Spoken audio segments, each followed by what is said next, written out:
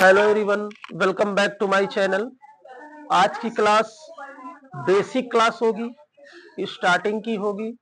जो आप लोग इंग्लिश स्टार्टिंग करते हैं मैं वहां से यूज करना चाहूंगा। तो पिछली क्लास में मैंने आपको दिस दैट यूज बताया था। तो आज हम एक मोस्ट इंपॉर्टेंट यूज सीखेंगे हैज हैव का। ये दो लेवल में होता है। एक छोटे लेवल में बच्चों को सीखने के लिए यूज करना है, तो उसमें हम बहुत सारी चीजों का जिक्र नहीं करेंगे। जैसे डू डज का जो यूज होता है, you don't have a book, ऐसी जो बड़ी चीजें होंगी स्टैंडर्ड लेवल की, वो हम नहीं बताएंगे आज। वो एक वीडियो बन गया है, लेकिन उसका सिंपल वीडियो जो प्राइमरी स्तर के जूनियर लेवल के बच्चे हैं, अपनी ओन वर्डों में बिल्कुल इजी सेंटेंसों में आप अगर इंग्लिश बोलना चाहते हैं तो स्टार्टिंग यहीं से कर सकते हैं। ठीक है ना। इसमें कोई बाउंडेशन नहीं होता कि आप गलत है, आपका मतलब समझ में आना चाहिए। अंडरस्टैंड। ग्रामेटिकल चीजें बहुत ज्यादा इशू नहीं होती हैं स्पोकन के लिए, लेकिन ग्रामेटिकल चीजें महत्वपूर्ण होती हैं कंपटीशन के लिए। ठीक है ना। तो समझने का प्रयास करेंगे। हैज हैव क्या है, हैज और हैव। तो हैज हैव का ये फंडा क्या है, इसको समझते हैं। जैसे आप लोग घर पे रहते हैं, आपके पास आपके घर पर आपके बैग में बहुत सारी चीजें होती हैं। ठीक है ना। जैसे अगर आप पहले मैं आपको समझा देता हूं सब्जेक्ट। क्या समझा देता हूं सब्जेक्ट। सिंगुलर सब्जेक्ट होते हैं और प्लूरल सब्जेक्ट होते हैं। ठीक है ना। तो जो सिंगुलर सब्जेक्ट होंगे वो हैज का यूज होगा उसमें, और जो प्लूरल होंगे उसमें हैव का यूज होगा। तो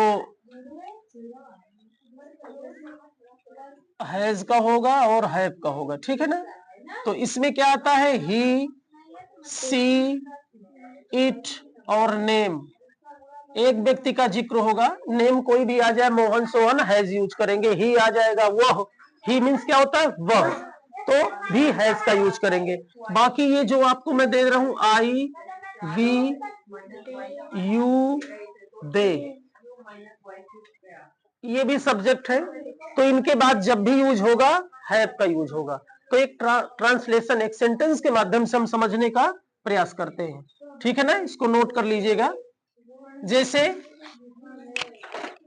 मेरे पास एक बैग है। मेरे पास एक बैग है। ठीक है ना। तो सबसे पहले आई आएगा सब्जेक्ट। ठीक है ना। उसके बाद हैव आएगा, तो आई के साथ हैव आएगा। ठीक है ना। I have. फिर अगर एक होगा तो कोई आर्टिकल आएगा, एक नहीं होगा तो आर्टिकल नहीं आएगा। जैसे आई हैव अ बैग, मेरे पास एक बैग है। अब आ गया मोहन के पास एक बैग है। तो बताइए मोहन के बाद क्या होगा, हैज की हैव?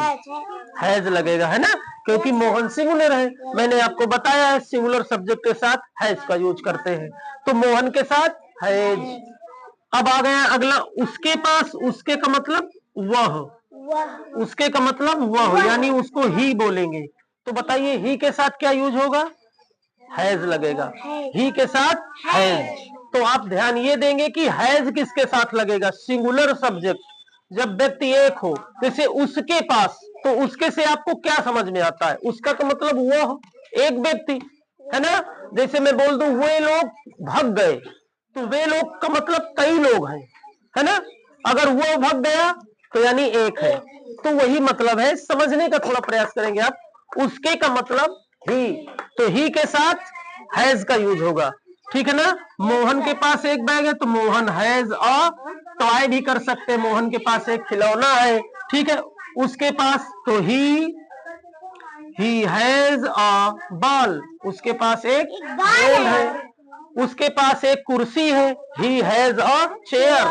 मेरे पास एक कुर्सी है, तो आई हैव, आई के साथ हैव, यू के साथ हैव। ठीक है ना। तो I have a bottle, I have a pen, I have a table, I have a chair.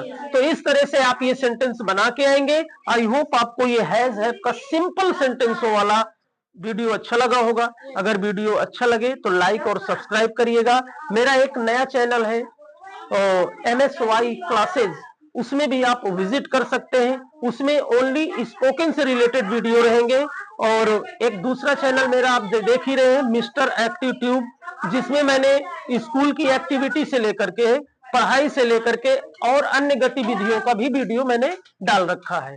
तो वीडियो अच्छा लगे तो आप लाइक और सब्सक्राइब करेंगे। तब तक के लिए गुड डे, टेक केयर।